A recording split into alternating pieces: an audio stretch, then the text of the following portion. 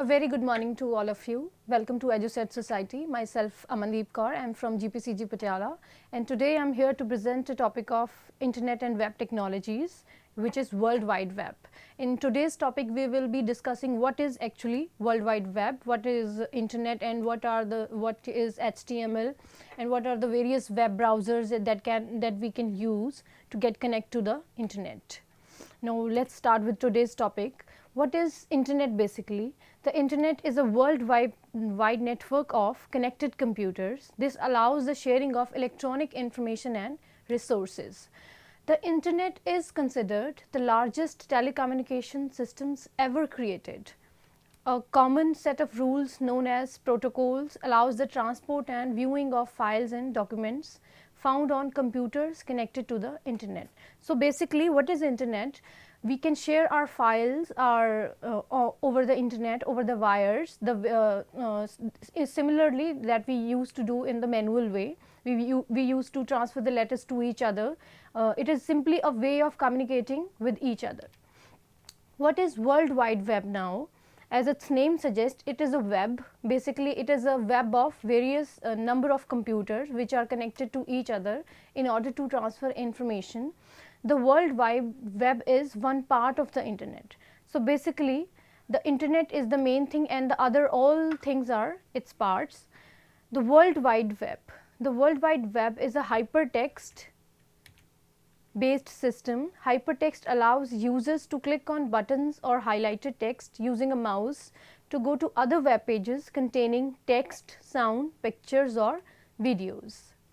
The World Wide Web is accessed by the use of a web browser. Now, what is the web browser? You must have seen Internet Explorers, Netscape Navigators, Mozilla, Google Chrome, all these are the web browsers. These all web browsers are used to browse the information which is present over the Internet.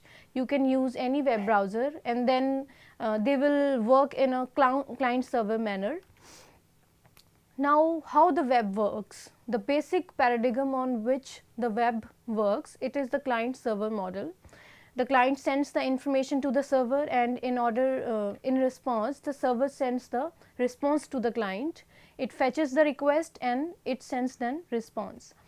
Now, what is the client server model basically? In typical terms, the client and server operate on machines which are able to communicate through a network. The server waits for requests from a client, then the server receives a request from a client, then performs the requested work or look up the requested data and send a response to the client. For example, if you are using Yahoo Mail or any other Gmail, then whenever you are accessing that, you would be acting as a client, then your request will be sent to the Google server, Gmail server, for example. Then after that, after receiving your request to the server, then the Google server will be sending a response to you. It may perform the requested work or it may look up the requested data that it is present with the server or not, or it may directly send a response to the client. The various servers can be file servers, they can be web servers, they can be name servers, and there are a number of clients like browsers or email clients. Whenever you are browsing something, for example, we are using a search engine like Google, then or you may be using various email accounts, then all these are clients because they keep on sending the request to the server and the server responds to all these things. Now, what is a URL basically? It stands for Uniform Resource Locator. You must have seen the various URLs like www.yahoo.com or google.com. All these are URLs. They stands for Uniform Resource Locator. Its typical syntax is shown here: scheme, then server, domain name, then the path main. Scheme stands for which protocol to use. It may be HTTP, which is used in general terms, then it may be FTP, it is file transfer protocol, or it may be file as well. It tells the client document is in a local machine. So all these are schemes. It may be HTTP, it may be file, or it may be FTP as well. Then the next is server domain name. Now it identifies the server system. For example, If we write www, that means it is the server domain name. It stands for World Wide Web. Then the next is path name. It tells the server where to find the file. For example, I have written here username then index.html. So this is the path name where the server will be locating the particular file which we are searching for. The next is, what are the web browsers basically? A browser lets you access the World Wide Web and browse the internet for information. In order to search some information, you would be needing a web browser. There are various web browsers like Netscape Navigator and Internet Explorer. All these browsers are used to basically browse the internet. Whenever you want to search something over the internet, you can use them. It works in a manner of web pages. Now, what are the various parts of a web browser? I have attached a PPT over here. There are title bars, address bars, status indicator, menus, toolbar, content area where the content, all the contents of the particular web page will be displayed. Then there would be a status message field, progress bar which would be telling you the overall progress of your browser. Then there would be a scroll bar, you can scroll down to see more data. Now let's discuss all these parts in detail. What are the various parts of a web browser? First of all, there is title bar. It lists the title of the web page that you are viewing. That means it would be telling you the web page that you are currently viewing on your browser. There are 3 buttons to the right of the title bar which reduce, maximize or close the screen. You must be knowing about all these. There is a button of minimizing the screen, there is a button of maximizing the screen, and there is a button of cross which will be closing your screen. Then the next is content area. What is content area? As the name suggests, it displays the current web page that is open on the web browser. That means it would be displaying the contents of a particular web page that you are viewing currently. The next is address field. It shows the URL, that means web address of the web page that is currently displayed. For example, if you are currently viewing yahoo.com, then in the address field you will see www.yahoo.com. This is the way how the address field is used. And the next is status indicator. It shows whether or not the web page has completely loaded and can be viewed. Sometimes there is a message written like that the page cannot be displayed. That means it is the status of your network, or you can say it is the status of your web browser that the current page cannot be viewed. Then the next is progress bar. As the name suggests, it will be displaying the progress of your browser. It indicates how much of the web page has loaded for viewing. Then the next is status message field. It tells you the status of the web page, indicates when the web page is done and open for viewing. These are the very simple terms. You can encounter all these things in everyday life. Then the next is scroll bar. This is used to move up or down on the web page. A browser reads the World Wide Web pages which are written in hypertext markup language, that is HTML, and converts them into a readable form. All the web pages which are uploaded on World Wide Web, they are basically in HTML and they are converted to readable form. What is HTML basically? It is a markup language, a tag based language. You have a number of tags in this language and you can design your own web pages to be uploaded on the web. To look at an example of HTML, click the view menu at the top of a browser screen. This brings down a sub menu screen. Click on source. After viewing, click on close screen button to close the source box. When you will be opening that source, then you will be able to see the HTML code which is written for that particular page. So this is the way how the HTML pages are designed. Then what are the other things included in World Wide Web? They include text, pictures, videos and sounds as well. It consists of number of websites. There are hypertext documents which contain text and links as well, hyperlinks that link to the other pages of your website. Then there is a web in which there are billions of documents authored by millions of diverse people, edited by no one in particular. These are distributed over millions of computers connected by variety of media. So all these are things, all these things are contents of World Wide Web. It is a very large area. Now, what is the history of hypertext? There is citation, which is known as hyperlinking. Then there is branching, non-linear discourse, nested commentary. Then there is dictionary, encyclopedia. These are self-contained networks of textual nodes joined by referential links.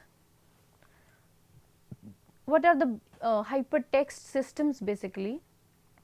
This is MEMEX. It stands for memory extension.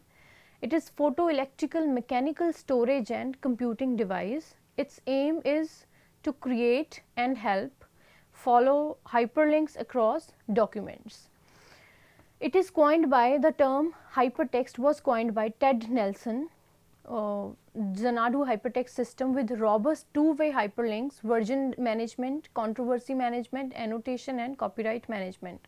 What is basically hypertext? It is the language in which the systems, in which the web pages are designed. World Wide Web was first of all initiated at CERN. It is the European Organization of Nuclear Research by Tim Berners-Lee. There were GUIs, and which stands for graphical user interfaces. It was also designed by Berners-Lee in 1990, Erwise and Viola in 1992, and Midas in 1993. So, Mosaic, a hypertext GUI for the X Windows system. It was a graphical user interface that was used for Windows system. HTML, it was a markup language for rendering hypertext. It is basically designed for hypertext only, that is used on the web pages and all the web design techniques. It is the basic structure by which you can design your web pages. The next is HTTP protocol. It is hypertext transfer protocol, which is used for sending HTML and other data over the internet. Next is CERN HTTPD. It is server of hypertext documents. What is a basic website basically? A website is similar to a magazine with articles. It is a collection of web pages. You must have seen number of websites like Yahoo, Google. It is just like a magazine which in which you can explore a number of things. For example, if we talk about Yahoo, there are a number of things displayed on the Yahoo web page. On the home page of Yahoo, there is email, there are newses, there are a number of games. So it is basically, it works like a magazine in all.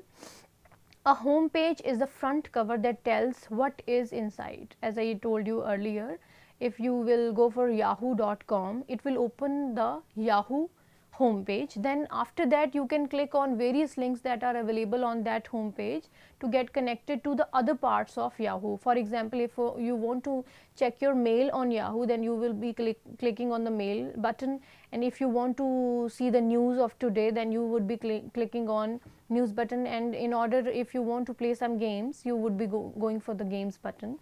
So these are various things which are available on the home page of a particular web page. A web page is an individual page that can be found on a website. What happens actually when you click on a hyperlink? Now, what is a hyperlink basically? It is a link on a web page that connects you to any other web page. It determines the URL and extract domain name. You can determine the URL of your web page that you want to connect, and then you can extract the domain name as well.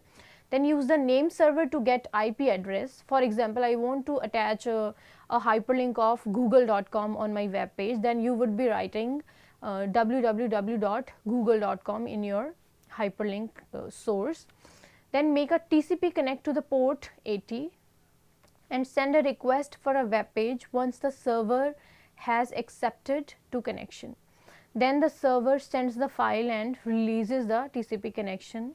Then the client displays the document. In HTML, whenever you want to attach a hyperlink, then you will be referring to the A link. It stands for href, that is hyper reference. Then you would be writing the name of your link, the website that you want to connect to. After that you would be writing the name of your hyperlink that you want to get it displayed on your screen, and after writing your name, then you would be writing the then you would be closing the anchor tag. In this manner you can create the hyperlinks on your web pages. Now what is a home page? Basically there is a I have attached a simple example of some college library. So this is the way how a home page of a website looks like. Now what is URL? Basically uniform resource locators, or you can call them web addresses as well. Your browser uses the web address or URL to find information that is located on another computer and to retrieve the corresponding page situated on that server. For example, if you want to find out google.com, Google website, then you would be writing the uniform resource locator for Google website, which is www.google.com. So your browser simply uses the web address of a particular website to find the information which is located on that on another computer, or you can call it on another server, and in order to retrieve the corresponding page from the server, then you would be needing the URLs. Each part of the URL directs the browser to the correct web page. First part in the URL is HTTP, it is hypertext transfer protocol. Then the next is network domain. For example, I have written here library.civilian.edu, it is the network domain. And the next is datainfo.html, it will be the page, or you can say it is the file name that I want to get it displayed. So this is the these are the various parts of uniform resource locator. There would be HTTP, that is hypertext transfer protocol. There would be a network domain, the name of your network, domain name of your network. Then there would be the file name which I want to actually retrieve from my data source. Then there are different domains on the World Wide Web. They can be .com, .net, .edu, .org and .gov. Each domain name refers to a different criteria. For example, .com stands for commercial websites, .net is used for network websites, .edu stands for educational website, .org stands for organizations, and .gov stands for government website. For example, you must have seen that Yahoo is having .com domain name and Google as well. There are various educational related websites that have .edu. For example, if you want to see some university, you would be you would see they are having the .edu domain name, and various organizations have .org domain name, and various government related websites always have .gov. For example, our department's website also has .gov domain name with attached it. So these are different domains on World Wide Web that can be related to various web pages. Now how can we access the web pages which are present on the internet? There are three ways to access a web page.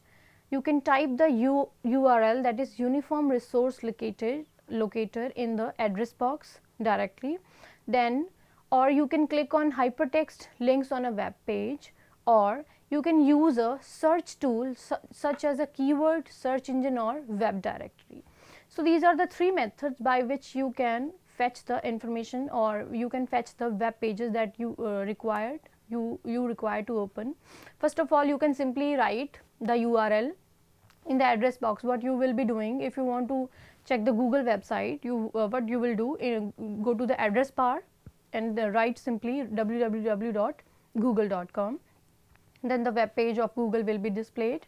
Or what you can do is you can click on the hypertext links on a web page. For example, on Google home page, there are number of links available on the right hand on the left hand side.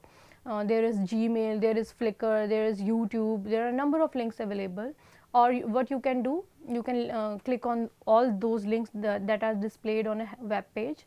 Or after apart from that, what you can do, you can use a search tool such as a keyword search engine or web directory. For example, you can go to Google and you can search the web page that you want to open in that.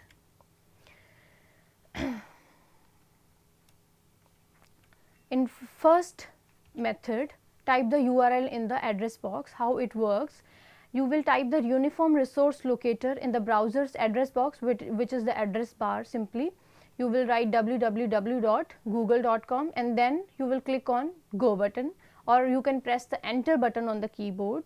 Then the web address must be correct, no misspellings, extra spaces, etc., to go to the correct page. After that, your server would be directed to the web page of the requested website.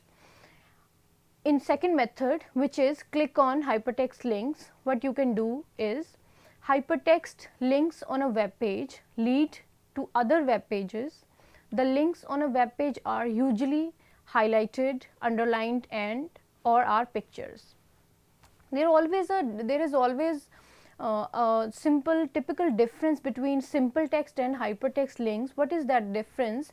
The hypertext links always appear in blue color, or whenever you will bring your cursor on the hyperlinks, there will instead of cursor you will see a hand. Then if you will click on those hyperlinks, then you will be directed to the next page. So the hypertext links on a web page lead to other web pages.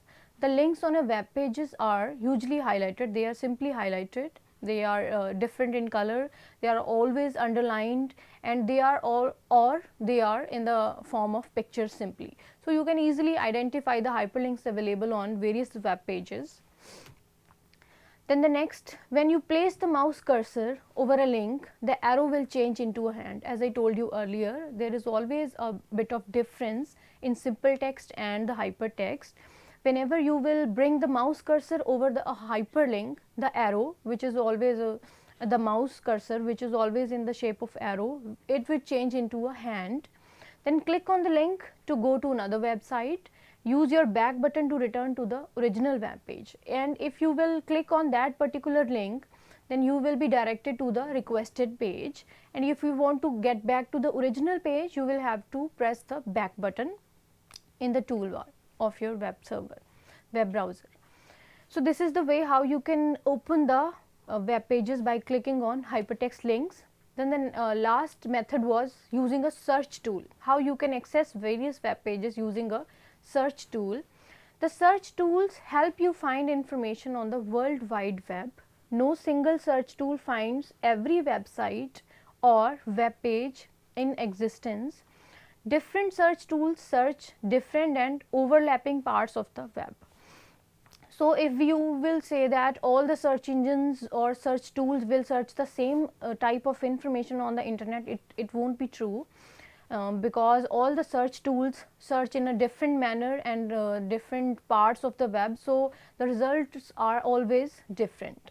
There are number of search tools or search engines available in the market. The examples of search tools are Google's, Alta Vista, Yahoo, and Lycos. These are the popular search tools or search engines that we use every day. If we talk about Google, everyone in these days, whenever you want to find some information over the web, you will simply go for Google.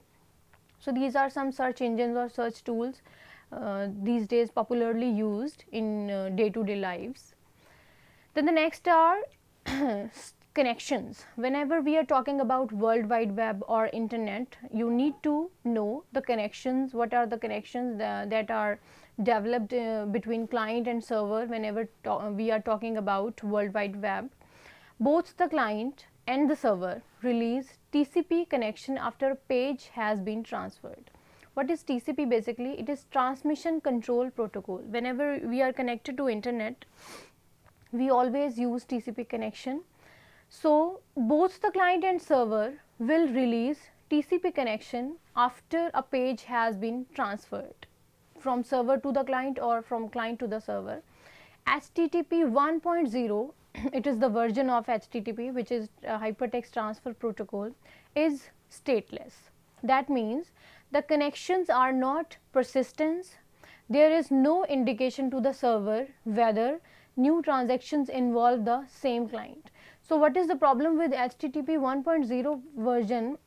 It is basically the connection established with this protocol are not persistent at all. There is no indication to the server that the new transactions involve the same client or some new client. Whereas the HTTP 1.1, it is another version of the protocol, is persistent in nature. It keeps track of the client IP addresses from which clients the requests are being made to the server. However, there is no way of identifying a repeated visits to the sites by the same user. Here is also a single problem, which is that we cannot identify at all that if the repeated visits by the same user are being made to the server. Furthermore, ISP, which is Internet server, reallocate IP addresses to dial up customers as new user dial in. So these are some problems associated with the HTTP protocol. These are 1.0 is stateless and the connections are not at all persistent, and there is no indication to the server that new transaction involve the same client or the new one. Whereas HTTP 1.1 is persistent in nature, it keeps track of all the client IP addresses, but here also you cannot identify the repeated visits made by the same user. So these are some problems related with all these. Next is cookies. You must have listened this word whenever you use internet. Request the browser to store a small data file on the user's hard disk. Cookies are basically, these are temporarily data storage. We request the browser to store a small data file on the user's hard disk, which can serve to identify users only. For instance, it could contain a key into a database on the server machine. Most browsers nowadays allows you to decide whether or not you want cookies on your machine.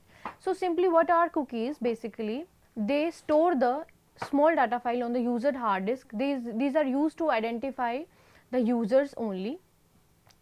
They will contain a key into a database on the server machine.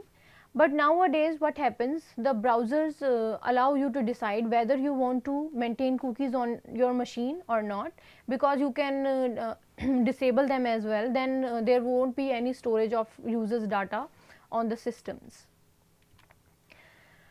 Next is, what is HTML file? Whenever we are talking about internet or world wide web, this is basically HTML only. All the web pages over the network are designed in HTML because it is the basic markup language which is used to design various web pages. They may be static and they may be dynamic as well. So first of all, what is HTML?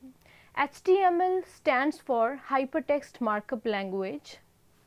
That is the full form of this language. An HTML file is a text file containing small markup tags. It is maintained out of tags only. The markup tags tell the web browser how to display the page. You can design your web pages according to your choice by using number of tags which are available in HTML to the user.